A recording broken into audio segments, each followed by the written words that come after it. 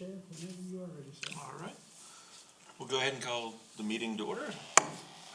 First item on the agenda is the approval of minutes. Has everyone had an opportunity to look over the minutes that were sent out by Mandy earlier this week? I just have one, meeting was called to order at 10 a.m. versus 10 p.m. Oh, thank you. Any other changes to the minutes that need to be made?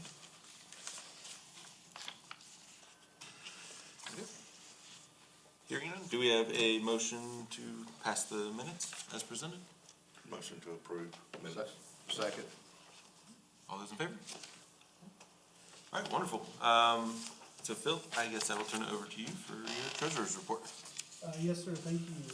I will start with the local aid tax and work my way to the treasurer's report. Local aid tax continues to be really good for us.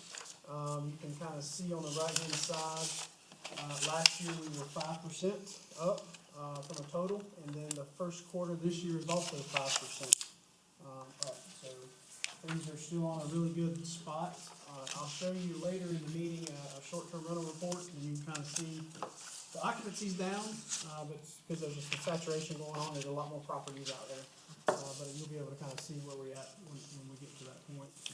This is the state aid tax numbers. They also continue to be very good. As we have identified and brought into compliance all these properties, they're both paying the state and us now. And so you can kind of see that angle that we've been on, and look at the first quarter of 26, this check came last week. That check alone is bigger than what we were bringing all year in 19. Wow. So, things are, and again, we're using this money for a lot of different things that you guys help us with, and they wouldn't be possible without this. So it's been a blessing for us to be in this position. So getting to your treasurer's report itself, this should match what you have in front of you. You've got the encumbrances. There's only 2 small encumbrances on there minus the supplemental budget. That was the wayfinding signs for Oconee PRT. We got a little bit outstanding that's still working on, and then the money at High Falls for the Alexander Cannon Hill House is still encumbered. I think there's $7,500 in there encumbered, and then you can kind of see how that flows for the local aid tax balance currently of $968,839. And the treasurer's report for the state side, down at the bottom, went ahead and added in the first quarter. So you can see the $586,941 on the state aid tax side. So we're sitting in really good shape. We paid for our docks out of some of the state aid tax money. And we're probably going to utilize some of this money for the tennis and pickleball as well, since we've got some money here to use and not use some of our general fund money. So we'll kind of fill in where we can, and we'll work on that as we get through the process. Any questions on the treasurer's report? Okay. Keep going? Yes, sir. All right. We'll go right into action items. I do have a lot. Again, we're busy, which is great. And so just kind of give you an update on the things we're working on and where we can utilize some funds to not impact our general fund to help us. The first item I have is playground mulch. You guys have done this before. Each year we inspect all of our playgrounds, make sure the compaction is safe for the kids, because the mulch, the playground safe mulch, every year it rains, it just keeps getting harder and harder and harder. You eventually have to dig that out and replace it. And so this is to replace both of the big playgrounds at South Cove, and put the playground safe mulch.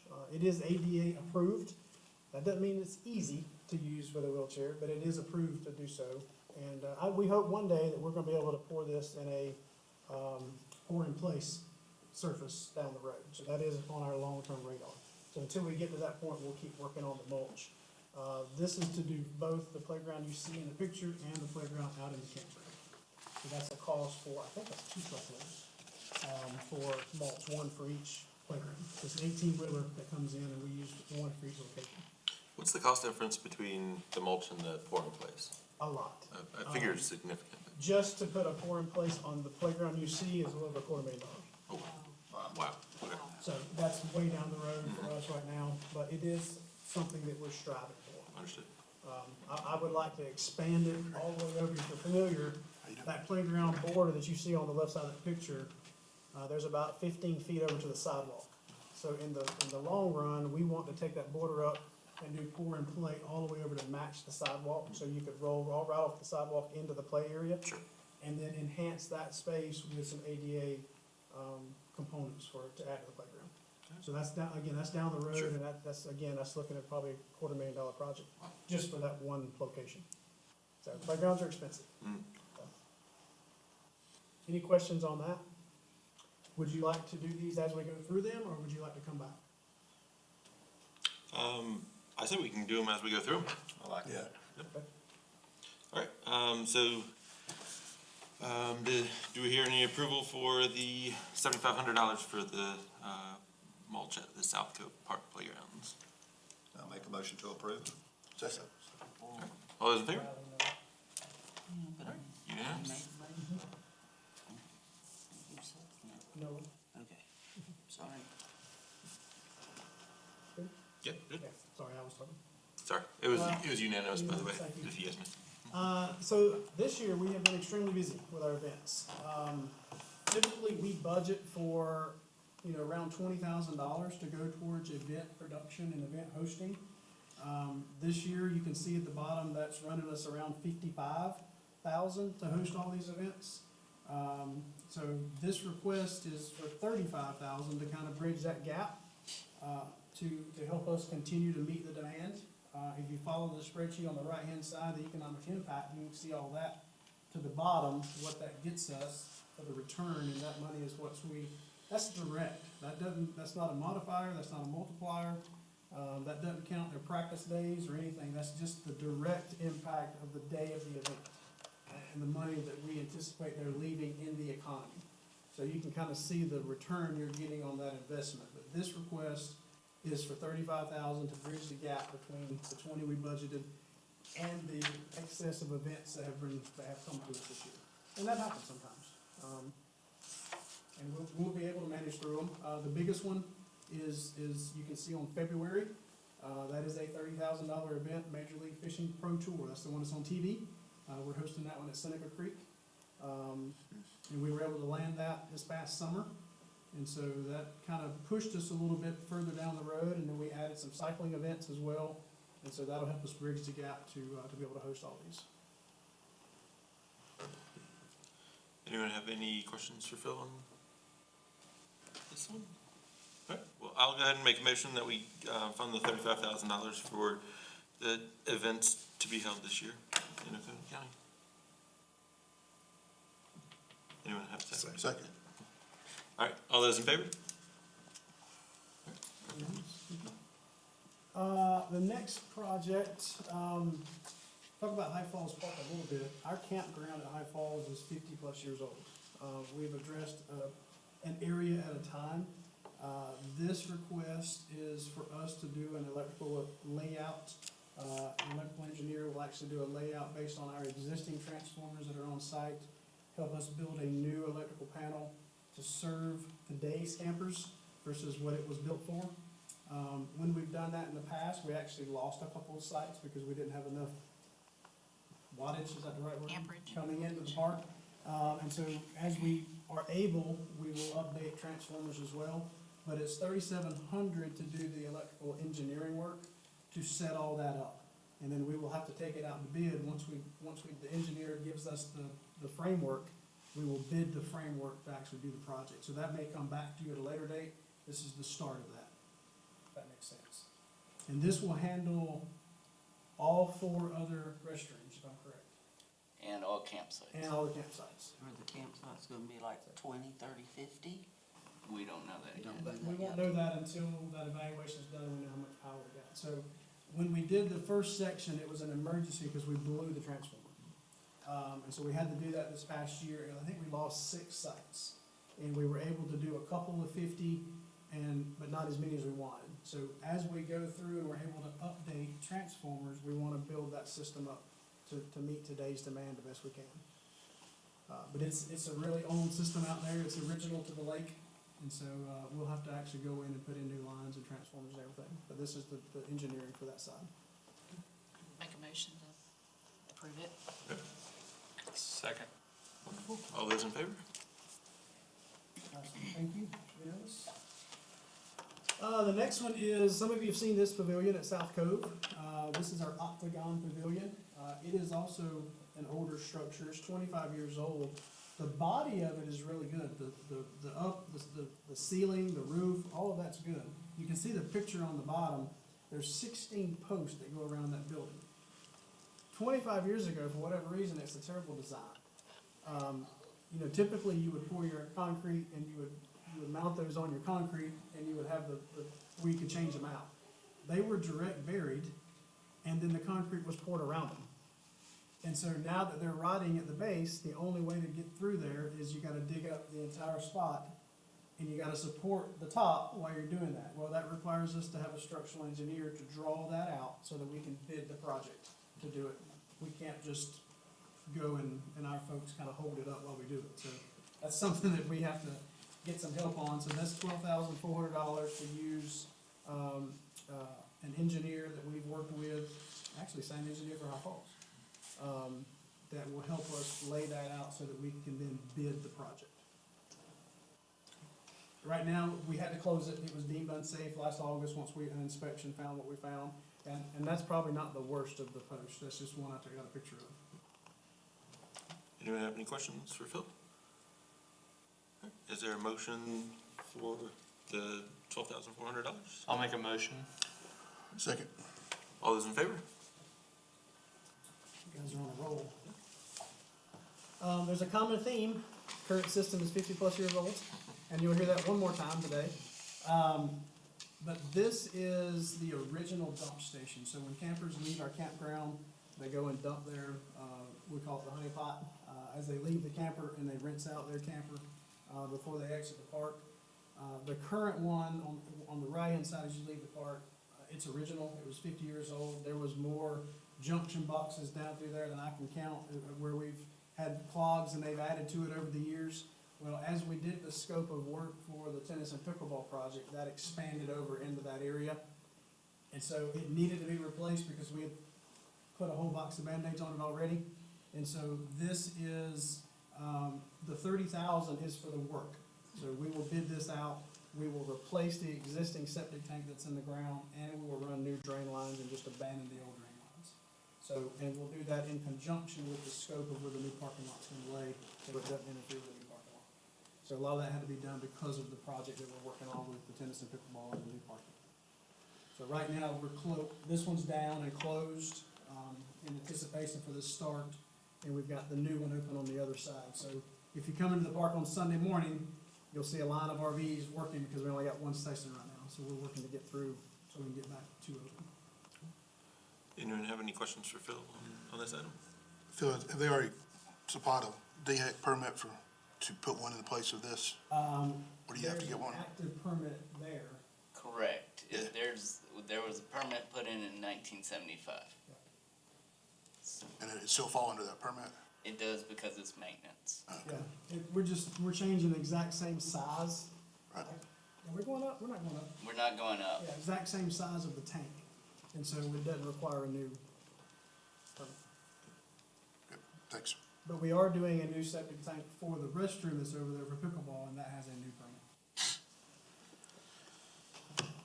All right, well, I'll go ahead and make a motion that we approve the $30,000 for the dump station at South Cove. Second. All those in favor? Awesome, thank you. The last time I'll say 50 years old. So when we took over all of the Lake Hartwell recreation sites from the Corps, they were gonna close them. The county made a decision, probably been 10 years ago now, I think it was in 2014, to take over a number of those. Those structures, starting last year, the Corps began requiring you to do an annual inspection on the electrical components of those buildings in order for them to meet the National Fire Protection and the ANSI code, current code.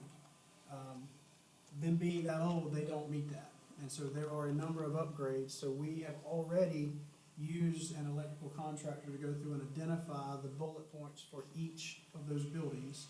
This is the estimate it's gonna cost to go in and make all those repairs so that we can get the occupancy certifications we need and get that work completed and get back into compliance with it. So that, we anticipate that to be $25,000, for all that work. And each building has a bullet list of what has to be updated and changed. As little from panels to all the way to new wires and different things like that. Any questions for Phil? How many sites are we looking at on that? Fairplay, Friendship, Lawrence Bridge, Mullins Ford, Ford, the day use side of, Friendship and the boat ramp side of Friendship. The only one that passed inspection was the new building at Seneca Creek, because we had just built it. And this 25,000 is for all of It's those? all of them.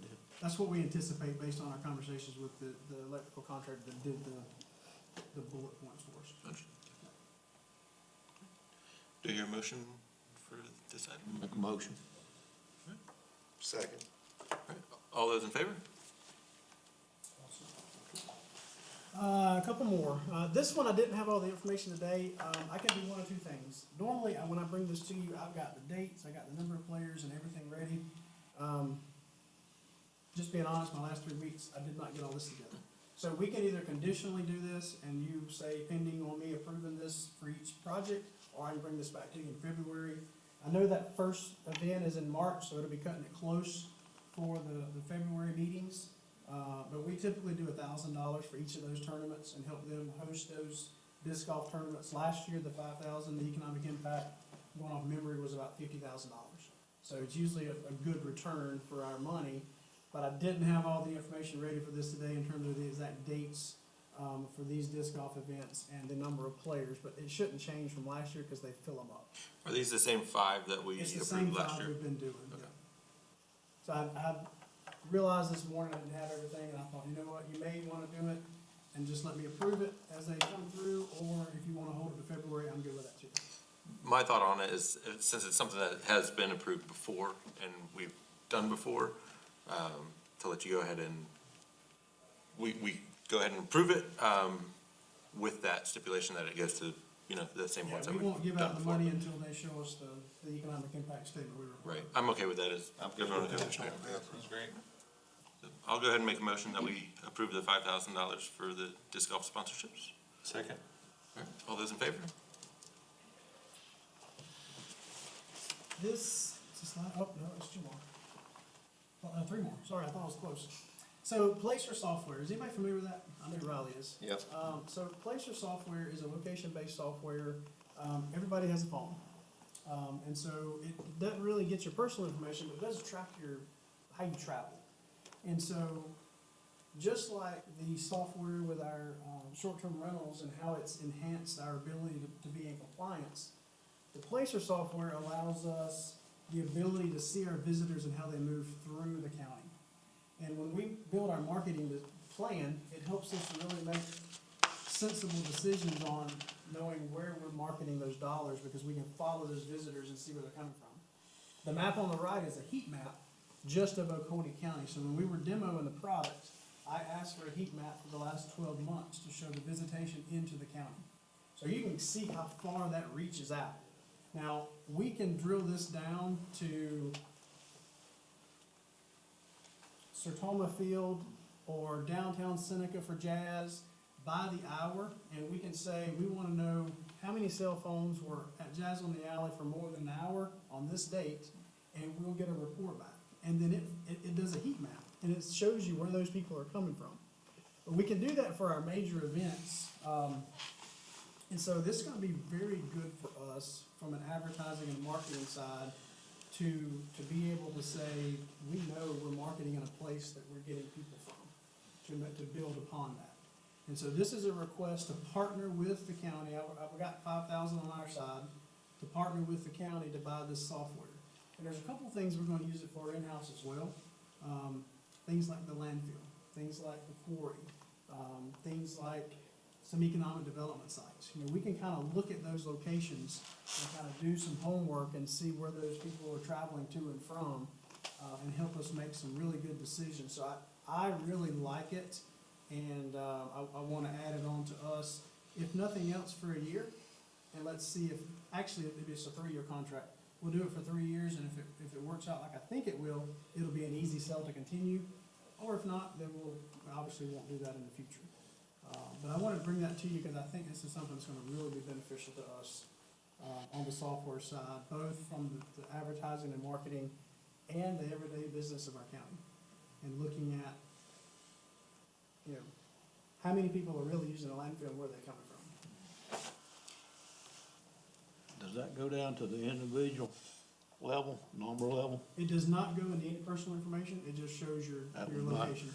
Okay, you know where I'm going, Yeah. privacy It issues. doesn't go any privacy, it just tells us the location. So I get a heat map and I see that somebody was, you know, these people that were in here, if I was to drill into this report, I can just see that this phone was in Oconee and then this phone was in Kentucky. So it Okay. doesn't give me any personal information. Okay. Did you say this is a joint cost with the county? county. And were any other software tools similar to this evaluated, or? So, a couple of years ago, we used a software called Zartico, and that was a very similar system, but it also had a spin function on it, where it also tracked your card swipes. The challenge with Zartico is that we're a rural county, and we didn't have really good coverage in the places that we don't have great Wi-Fi, and so we weren't getting accurate The data. benefit, yeah.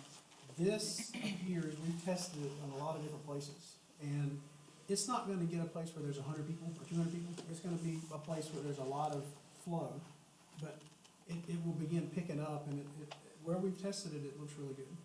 And how can it be used in conjunction with the grant applications to verify their, So that's, if it's a big enough event, then we could certainly do a heat map of it and kind of look. It's not gonna give you a number based, it's not gonna say there was, it will give you a generic number, but you would have to really pinpoint down to,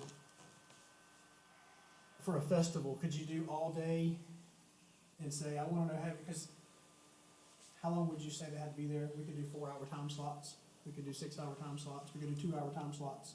And but we that's could- something you could pull Oh, to yeah, help we can us look at it. evaluate the Mhm. grant applications, Yep. okay?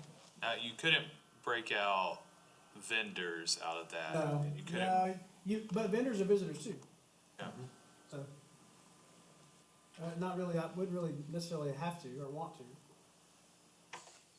Phil, have you spoken to anybody besides the company that's actually using the software, like another municipality? Oh, yeah, Seneca's using it we right use it. now. Do you? Okay. We use it, it's Clemson great. University- Clemson University is where we saw the original model, their PRTN program is selling it. They bought it in-house, and they will actually contract out for people and do, specific events, and let their students kind of do this work from a research standpoint. So that's where we first learned about it, and then Seneca got onto it about the time we were doing Zartico. And so they've had it for a couple of years now, and I mean, some of their reports are really fantastic. And so it's gonna really be beneficial, like I said, when we make our marketing plan through the year, there's no reason to be spending money in a place that we're not getting visitors from. Right. So we can really target into where some of those areas are. And that $15,000, is that for the entire 3-year? It's 20, so it's 15 and 5 this year, and then it goes up to 24. And so we'll just have to put that in the budget for next year. So you'll see that on the supplemental budget when it comes back in May. I'll go ahead and include that in the supplemental budget for next year under software.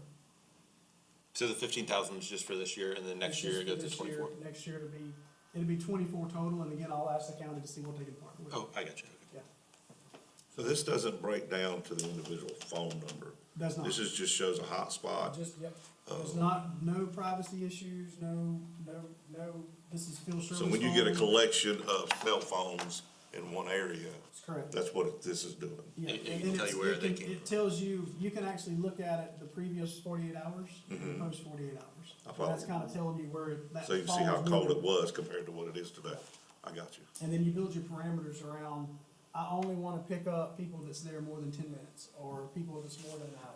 So you build those parameters into what you want the report to tell you, and that's kind of where you can look at your events, Gotcha. specific pieces. And that's exactly how we got our numbers, analytics from Jazz on the Alley, because we could specifically See a do hotspot. streets Gotcha. and go from 4 till 10. That's how we came up with the number, our average is 2,000 to 3,000 people every Thursday night in downtown Seneca. Gotcha. one of the demos we did in this was the Christmas lights too. You know, we Right. pulled out the Christmas lights for a series of nights and time, and it was cool to see how far people are driving to see the Christmas lights. So, Any other questions for Phil on this item? So is there potential of this being available to individual businesses as well? We will partner with other government organizations, to help, and then any public recreation stuff. I don't see us doing any private business stuff unless it's a public, program or a public entity. I think it'd be hard to stretch over into the private side of what we're doing. How detailed can the information get? Like, could you see if somebody comes to Seneca? And then could you see, like, if they went to a certain area with a certain restaurant? How detailed does the information go down to? You can build a profile that says, the people that go to Jazz on the Alley, this percentage of them are eating at fine dining establishments, and this percentage of them are eating at fast food restaurants. It kind of really tells you a little bit about the profile of the That's- visitor as well. It does that? It does. We found out we have a lot of our visitors that shop at Hartwell Village. You know, it's unique information. I was like, wow, I didn't know that. Any other questions for Phil?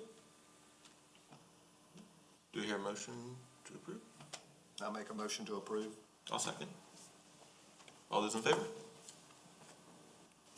Awesome, thank you. Two more. So everybody knows next year is the, America 250. We have an Oconee 250 committee, and that marketing committee is made up of, folks from Visit Oconee, folks from the museums, from the libraries, DAR.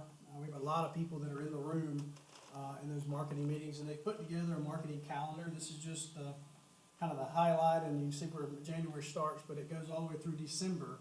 And so this is a little bit of seed money to help us begin the process of buying some banners and buying some things that we'll utilize as part of the Oconee 250 celebration during 2026. We didn't budget anything in the general fund knowing that we could look at this. I think this will take us through June with some of the bigger purchases. I don't think we're gonna have any major stuff that we're doing. A lot of them are gonna be in coordination with other festivals. So just having some presence there to bring attention to, the 250. But banners and signs and things like that do have a cost. And so we wanted to give a little bit of a budget that we could work off of as we worked our way through. And then we worked with the state committee. Matter of fact, we are working to host the state committee meeting next year here in Oconee.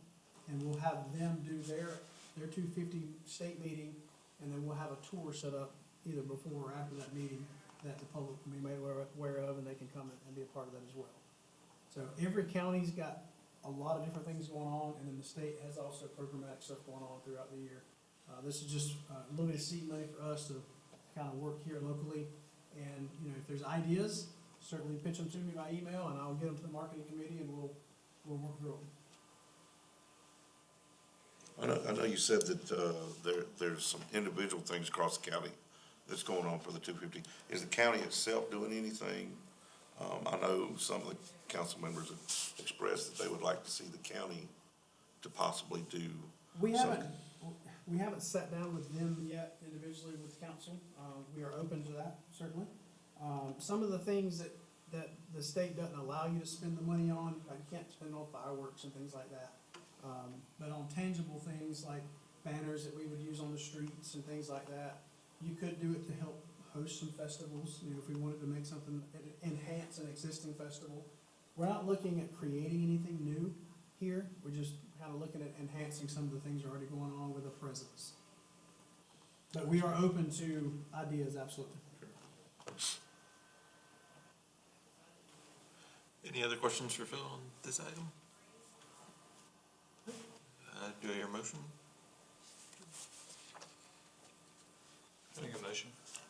Second. All right, wonderful. All those in favor? Very good, thank you. This is the last one. So this we've been working on, I think you've heard me talk about this before. This is a program that's gonna be managed by Emergency Management, and it's, willing property owners in strategic places around the lake who will allow them to put up a sign on their dock that will be lake facing for emergencies, and it'll tie into the 911 system. So if something happens on the lake, you can actually look and see where you're at on the lake. That code will then be sent to 911 as on your phone call, and that tells them exactly where that's happening. A lot of times on the lake, you hear, we are, and they're trying to look around and identify something. This is a program that they'll be working around both Kiwi and Jocassee. Pickens County's already started some, so if you've been on the lake, you may see some of the signs on the Pickens County side. I think theirs starts with a P, ours will start with an O. And so as they build through the system, they have strategic codes they want to target, and they'll try to find willing property owners to do that. I'm not involved in that process, but we can use this funds from a safety standpoint to help, because a lot of these are visitors on the lake. And so this will kind of give them, again, seed money. Each sign has a cost to it, so realistically, how many can they do and get managed and get put up? We'll know how long this is gonna last as we work our way through the spring. So that's what they requested as a starting point. Hey, let's just start with $5,000, see how many signs we can do as we move our way through. We're making the signs in-house, so we're just buying the materials. So we're buying the sign blanks and the vinyl. And you don't know how the property owners are being contacted for I approval? don't, I wish I had answers on that, but I didn't go into detail about Gotcha. how they were doing that. I can and report back. I can find out and at least email you, let you know. Sure. Anyone have any questions for Phil on this item? How successful have they been in Pickens County with people being compliant or agreeable to having, It's been from what I was told, that they've got a list of, they're ready to start, so okay. I don't know how fast it'll take off. But they're trying to do both lakes, and of course, Jocassee don't have but a few homes on the south side, so. But Kiwi will be the most prominent and what we pay attention to. Okay. Yeah. I'd like to make a motion to approve the 5,000 for sure. This is awesome. Yeah. I'll second. Yeah. All those in favor? Awesome. So that is a ton of stuff. I appreciate your support. That will keep Stephen busy for a while.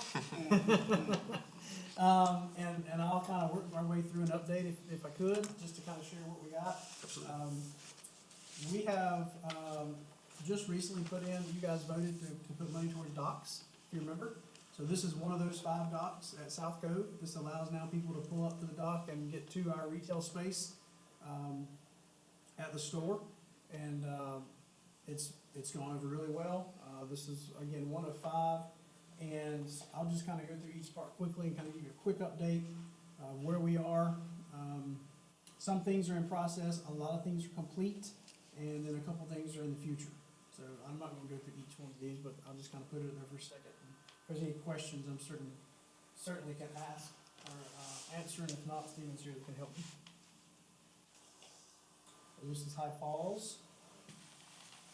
I know Kelly, you came out to see the rec building, once it was completed. We're still working on the Alexander Cannon Hill House. We've got 2 new docks out there, the fishing pier and then a transient at the patio deck. South Cove, we've got the complex, tennis pickleball complex construction ongoing, and then we've got a few upgrades that FERC has already approved. We just have to get to having our funding available. That's the docks around the campground. The goal in the campground is to rip wrap the shore, because we're losing the shore. We're losing linear feet every year of our campground. And so we gotta be able to do some rip wrap out there. It's not gonna be 100% acceptable by the campers, because they like to have access to the water right away. So what we've done is we've gone and pitched to Duke, that dock that you saw a picture of, we've got approval to put 5 of those around the campground. So if you bring your boat, you can rent one of those leases, spots while you're here, and then we will have our swim beach completed. So we wanna push all the swimming to one area, and then have the boat accesses on a slip dock in the campground. That's the only way that we know that we can save some of our camping area. We've got a few banks that are close to the edge of the walls now, that if we don't do something, we're gonna have cave-ins. And, today's boats are creating bigger wakes. And so we've got to do some measures on our side to help with that. But that's down the line when we get some funding available. Seneca Creek, still waiting on the grant reward for the shade structures, just a few small projects PRT wise. And then these are certainly long-term when funds are available, is some new playgrounds and courtesy docks at a couple of our Hartwell locations. I don't have them on even the next 3 years yet. That's gonna be probably 3 to 5 years down the line when funds are available for those. Short-term rental update, the top half of this is the last 12 months. The bottom half of this is October of 25 compared to October of 24. So you can kind of see a little bit, revenue is good, it was up a little bit, listings were up, you can see occupancy's down. Again, there's more listings, 4% more listings this year than last year, so. More revenue than last year, just less places, less and more buildings to stay in. But your occupancy has gone down because you've kind of saturated the market a little bit, and we've seen that over the last couple of years. Phil, I know we talked about the state numbers earlier. Do you have any idea how the state as a whole is doing compared to Oconee County? I can tell you that, I made a presentation with our software to the state, a couple months ago, and we get calls from DOR asking questions on our end. Okay. Like, how are you doing so well? So we presented our software to them. They would love to do our software statewide. Obviously, that's an expensive move on their part. But that's the only way they're gonna recognize what's out there that's not in compliance. And so that's kind of what we're seeing now. The short-term rentals, I think this is pretty consistent across the market, especially in destinations that have lakes and mountain areas. More and more people are wanting a second home, or wanting something that they can have some secondary income on, and they're creating that Airbnb or VRBO. And certainly some of you have a little more industry knowledge than I do because you're in the business. So does that flow in with what you're seeing? Yeah, this is pretty typical. We actually went back and looked at our numbers this past year, and we've got some software too, actually 2 sets of software to analyze and stuff, and this is about in line with what we have, and I don't know if it's gonna get any better as far as, there are a lot of people selling their homes realizing that the Airbnb, they watched enough YouTube videos to figure out how great it was, and then now they're figuring out it's not making quite as much money as they thought it was to help their carrying costs. So we're gonna lose some listings because of that as well. It's flooded right now. If you go on there and look, you can, for Lake Huey, it's like 941 listings. That's a lot it's a lot absorption rate. Yeah, and our monthly software it fluctuates from 700 to peak season, there's over 1,000. Right. Sometimes you show up. So, yes, sir. What's the definition of a short-term rental? Less than 90 consecutive days. House? Oh, I'm sorry. A house A or? camper, house, Any- RV, anything that's an accommodation offered 90 days or less, 90 consecutive days or less. So you even catch a lot of short-term construction in some of these. The only thing you don't catch is if you have an outage where somebody's here more than 3 months, they're not considered short-term. Because we've actually had to do some refunds. Somebody's paid and then they end up staying 6 months at a time, and they'll call and say, hey, this ended up being a 6-month rental, but we've actually had to give a refund after they approved it. So we do pretty good at following the data. Do you happen to have the historical data? Is this the third year that the occupancy rate is down? Because this is a trend of the occupancy rate going down.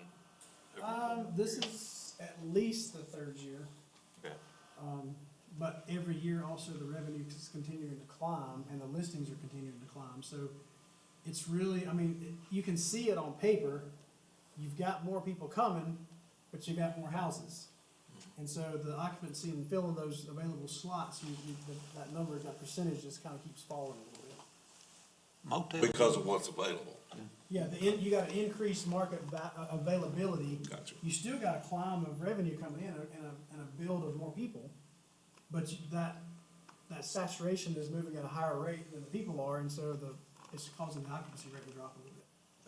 Now, I heard that Pickens has put a moratorium on new short-term rentals. Like you have to already have a commercial building designated as such to be able to do it. Is Oconee doing anything like that you know of? And I haven't heard that either, I'll certainly do that. But no, not at this point.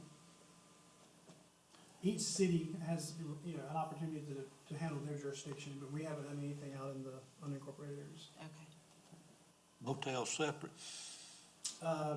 Motels are still in the local accommodations tax and the state accommodations tax, but this particular software only looks at, houses, cabins, RVs. Motels is on a separate, That's what that software is called Smith Travel Research. And so it's a different software that looks at the traditional lodging versus your short-term rental lodging. And we've never bought into that because we can kind of see the monthly income straight from the hotel. And we don't have like if I had 100 hotels, I'd want to do it. But the number that we have, we can track pretty well.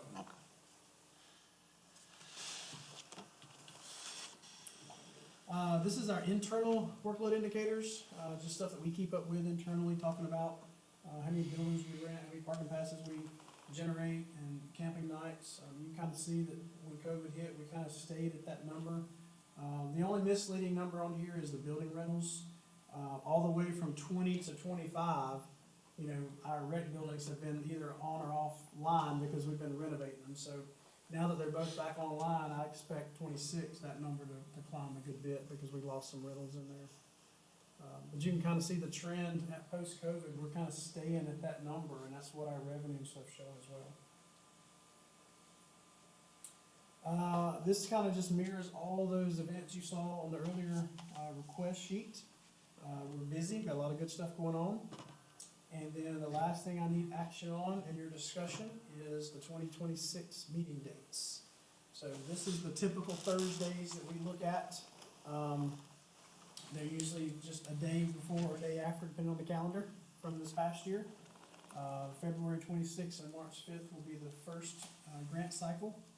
May 7th will be our budget meeting, and then August will be the second grant cycle, and then this time next November will be the kind of the data recap. And I would ask for a motion and to confirm the 10 o'clock time to continue for 2026 so that we can get the council clerk to get all that set up. Anyone have any questions or concerns about the dates or time? 10 o'clock still work? As long as I remember. All right, I'll go ahead and make a motion that we have these dates for next year, 10 o'clock. Second. All those in favor? Great. Any other questions for me?